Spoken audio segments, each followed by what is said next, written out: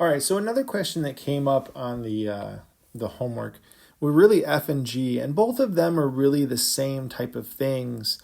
And what I would classify these as really operating with functions. We're actually performing operations on functions or kind of combining functions. Really, that's all we're doing. And right there in f, I kind of lay out to you what the notation means. So it's saying that, and let's go back for a second. It's saying that this really means this. So when I say write f minus g of x, it really means f of x minus g of x.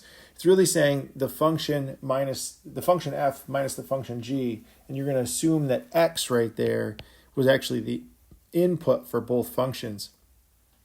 So it literally means f of x, which is 3x minus 7, subtract g of x, which is x cubed, subtract 1.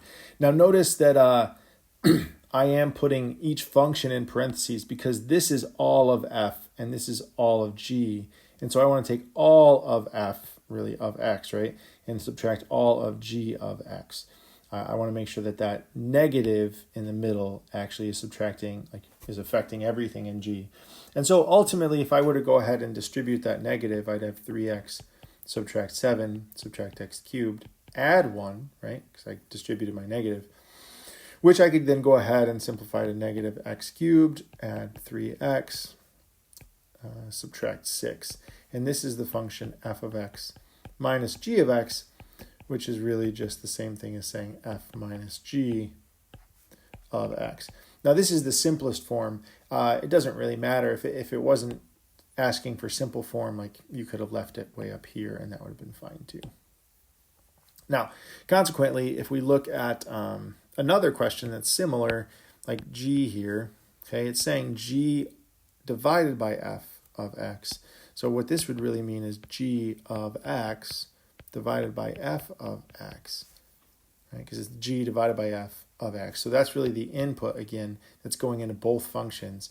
And we're just dividing the functions. So this literally would be x cubed minus 1 all over 3x subtract 7. And I think that's completely fine to leave it in that at this point in time. So really what we're seeing is that just like we can add numbers like 2 plus 3, we can actually add functions, and a lot of times we'll just leave the input out there, just so we don't have to write it down numerous times, even though it really does mean the same thing as something like this. So we can do that with addition, subtraction, multiplication, division. We can do any of that. So like if I had like f of x times g of x, I could really write it, for the sake of convenience, as really fg of x. And those would be the same thing. And we can do this with all the different operations, like I said.